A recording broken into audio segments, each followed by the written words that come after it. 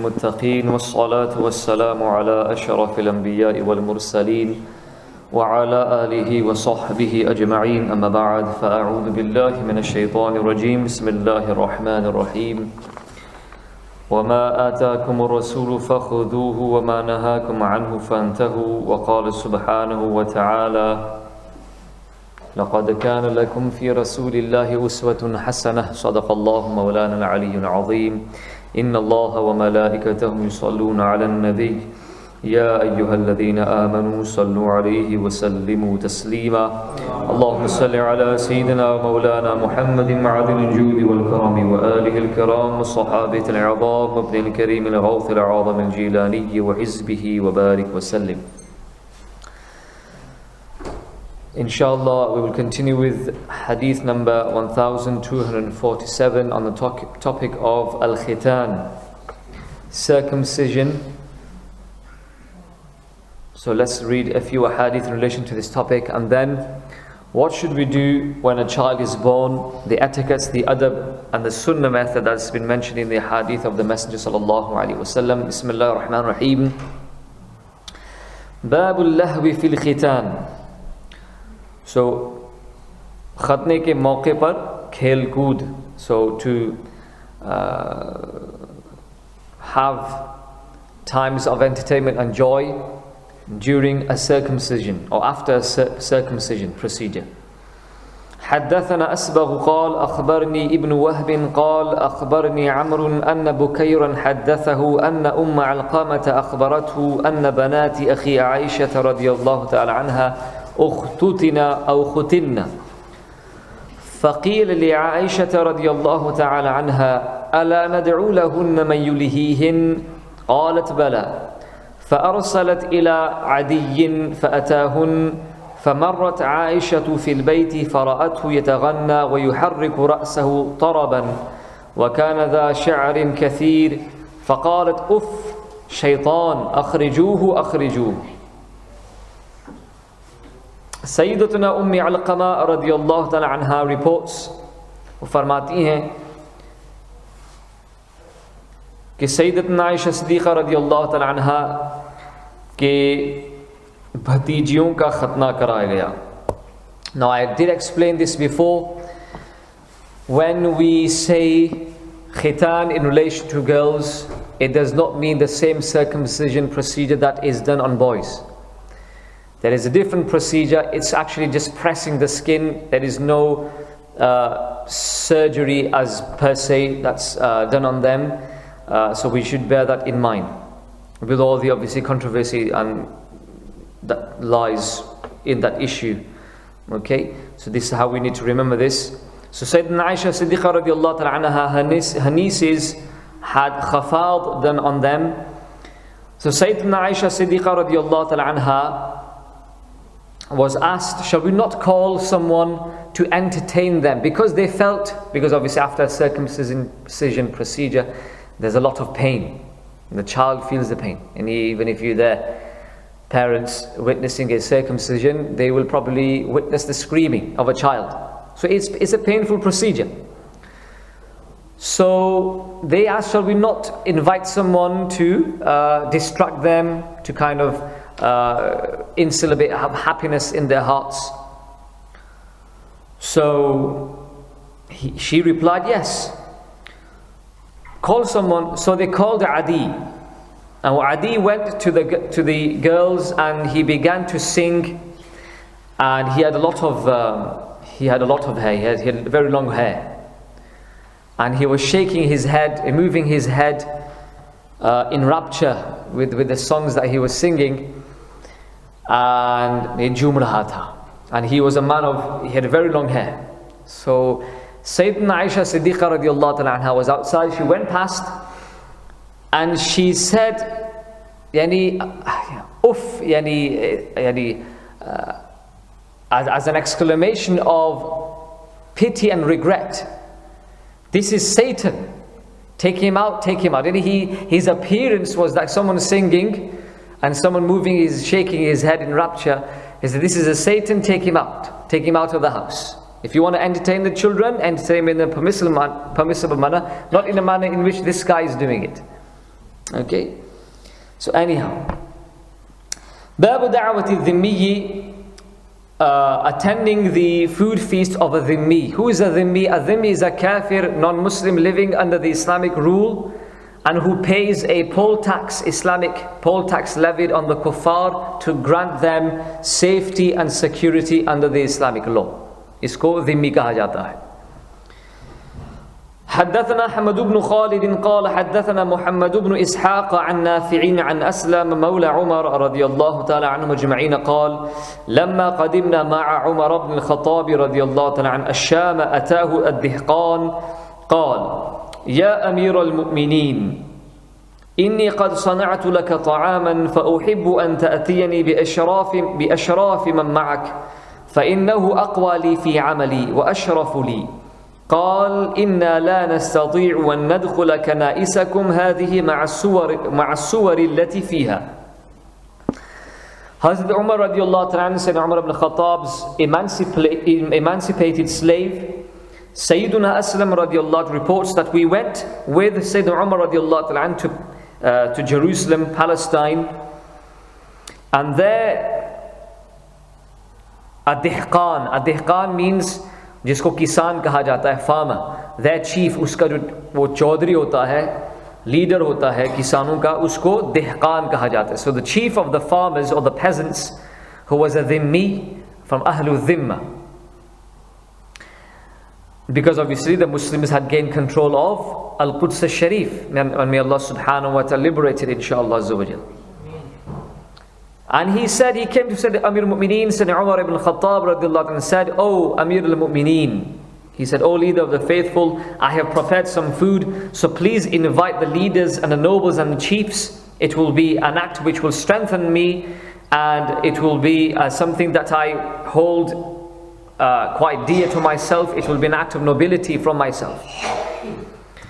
So Sayyidina Umar radiallahu anhu says, "I will never enter your synagogue or your church, because in it there are pictures or inscriptions of animate beings.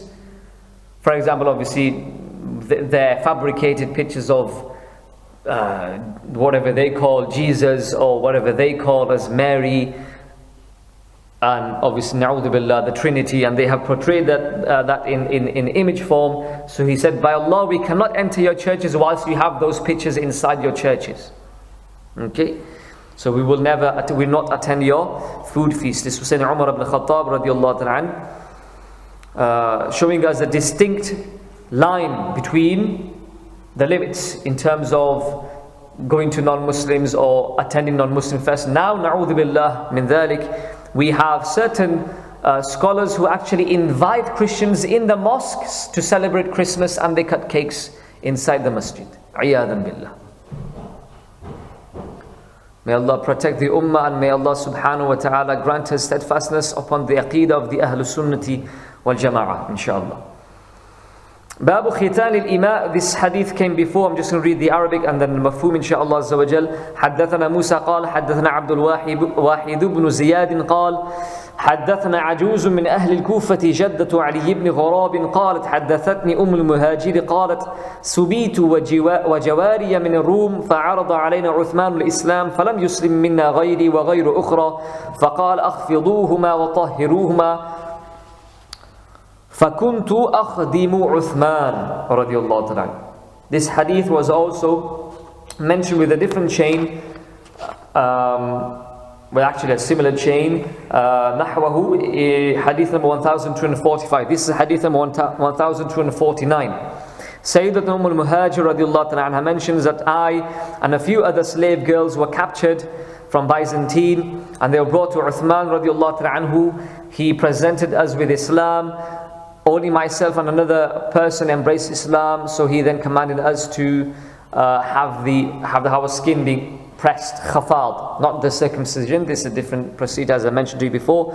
So, and then I became the khadima, a slave girl, a maid servant of Sayyidina Uthman ibn Affan radiyallahu ta'ala anhu warda. Babul khitan lil-kabir, bari umr wali ka khatna karana. So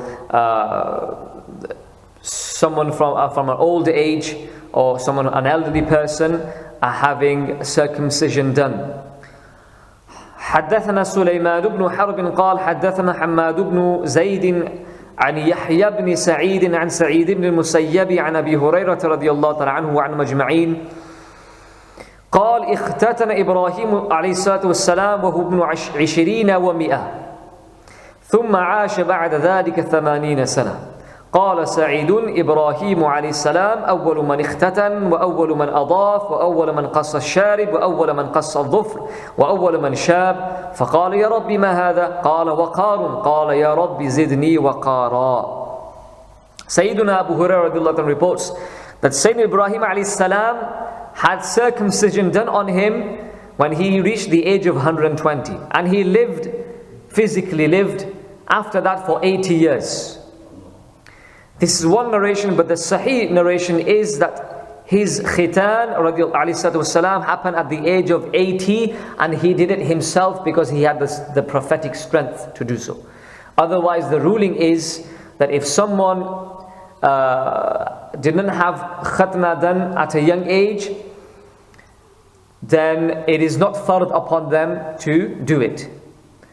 Yes, in Bahari Shariat, volume 60, part 16, it mentions that if someone does marry a spouse who can operate on him, the wife operates on undergoes a surgical operation of cutting the foreskin of his circumcision on the husband, then that's fine. Otherwise, khalas, it does not need to happen. Which is why Sayyidun Hasan al-Basri apologies, had condemned someone who went to a certain village and examined people who were old-aged and did not have khitan done on them. They were reverts, they had not undergone circumcision, and he had them undergo the circumcision process, and many of them died.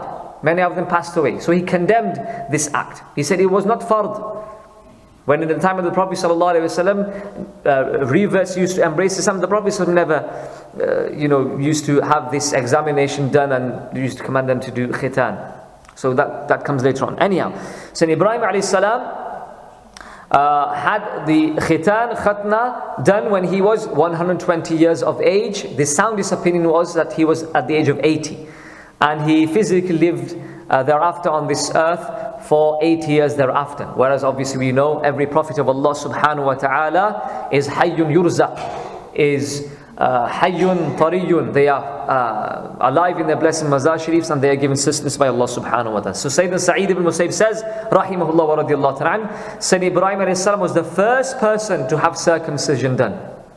He's the first person to entertain guests, give hospitality to the guests. He was the first person to trim the mustache, mooch.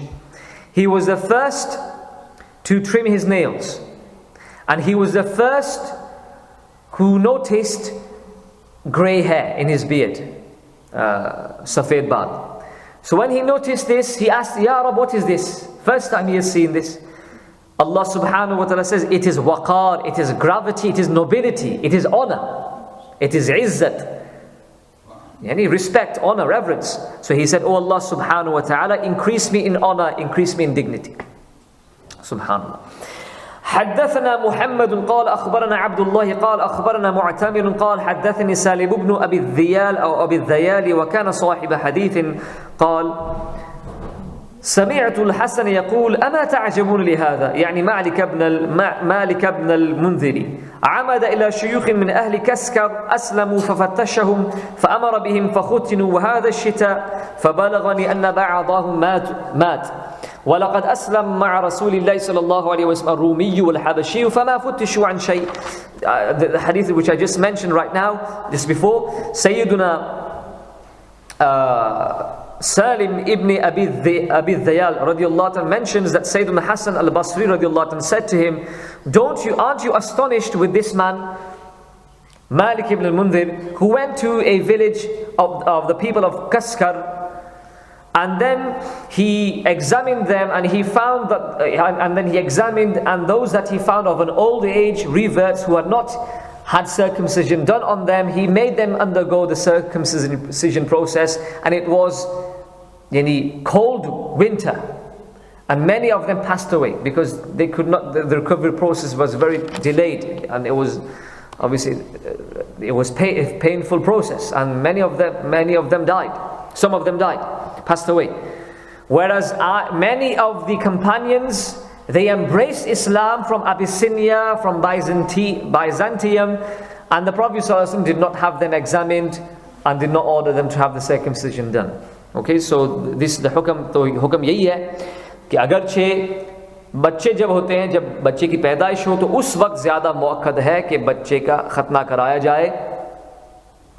अगर कोई शख्स बड़ी उम्र का हो तो उसके लिए ख़तना कराना लाजिम और ज़रूरी बिल्कुल नहीं है, ख़ुसूसन जबकि उसकी ताकत भी न रखता हो. और वैसे भी भाष्य में ये भी लिखा है कि चूँकि उसमें सत्र औरत का भी मसला होता है, इसलिए वैसे भी ये लाजिम नहीं तो जायज़ भी नहीं होता है इस लिहाज से. हाँ, इसलिए ये जो उन्होंने जो इसका हीला बताया वो उसमें ज़िक्र किया गया है. Anyhow, and as I told you, Imam ibn Shihab, apologies, there's another narration I'm going to mention. حدثنا عبد العزيز بن عبد الله الأويسي قال حدثني سليمان بن بلال عن يونس عن ابن شهاب قال كان الرجل إذا أسلم أمر بالاختتان وإن كان كبيرا. Ibn Shihab narrates that whenever someone used to embrace Islam, he was commanded to undergo circumcision, even though he may be of an old age. Now this was Ibn Shihab's narration of a one-off event. It wasn't recurring, it wasn't a general principle, it was a one-off exclusive event that he was talking about. And I mentioned the ruling about the ruling about ikhtidan for people of an old age and who embrace Islam, or those who had not did not undergo circumcision at a young age. Babu da'wati fil wilada, bachche ki paidaish par da'wat karna. So inviting people for a food feast on the birth of a child. حدثنا محمد بن عبد العزيز العمري قال حدثنا ضمرة بن ربيعة عن بلال بن كعب العكي قال زرنا يحيى بن حسان البكري الفلسطيني في قريته أنا وإبراهيم بن أدهم وعبد العزيز بن قرير وموسى بن يسار فجاءنا بطعام فأمسك موسى وكان صائما فقال يحيى أمنا في هذا المسجد رجل من بني كنانة من أصحاب النبي صلى الله عليه وسلم يكنى أبا قرصافة 40 سنة يصوم يوما ويفطر يوما ولد لأبي غلام فدعاه في اليوم الذي يصوم فيه فأفطر فقام إبراهيم فكنسه بكسائه وأفطر موسى وكان صائما وكان اسم أبي قرصافة جندرة بن خيشنة. Sayyiduna Bilal ibn Ka'ab al-Akki radiyallahu reports that Sayyiduna Ibrahim ibn Adham himself, Sayyidina Ibrahim ibn Adham, Sayyidina Abdul Aziz ibn Qarir or Qurair, Sayyiduna Musa ibn Yasar, all four of them went to visit Sayyiduna Yahya ibn Hassan in his village. And he prepared some food for us and he presented it to us. So we all ate, or we all started, except for Musa bin Yasar, because he was fasting, so he held back.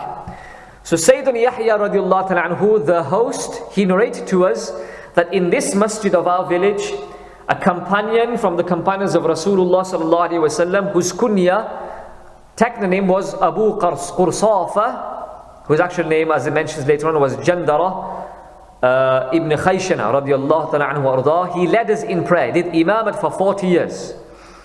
So one day my father, when a child was born to my father, a son was born to my father, he invited the imam, the sahabi of the Prophet ﷺ, and he was someone who would fast one day and not fast the other day. He would fast on alternate days. So my father incidentally invited him on the day that he was fasting.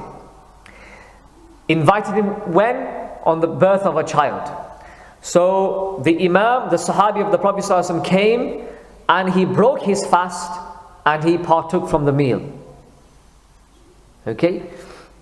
So when he narrated this hadith, Sayyiduna Musa radiallahu ta'ala anhu, then he broke his fast, and Sayyidina Ibrahim radiallahu ta'ala anhu, he went with a piece of cloth, he wiped the ground in order to spread the food mat, and Hazrat Musa radiallahu ta'ala broke his fast radiallahu ta'ala after hearing this narration. Now what the ruling is this: if someone has kept a nafl fast, a voluntary fast, and you go to someone to meet them, and the host insists upon you to eat, and in order to instill happiness in his heart, and in order to accept his invitation, you are allowed to break your fast, nafil fast. But you must remember that you must make a qada, you must make up for it after that. If it's a fard fast, obviously you can't. If it's a wajib fast, you can't. But as for a nafil fast, you are allowed to do so, but you must make up for it after that. Okay, and there's a certain other rulings. I think there's a certain time that you're allowed to break it, not after that. That has been mentioned in Bahari Shariat and other books of fiqh that you can peruse. Allah Ta'ala हम सबको अहादीस करीमा की बरकत अता फरमाए और अहादीस के फैज़ान से अल्लाह ताला हम सबको हमारे आल औलाद को माला माल फरमाए. Allahumma salli ala sayyidina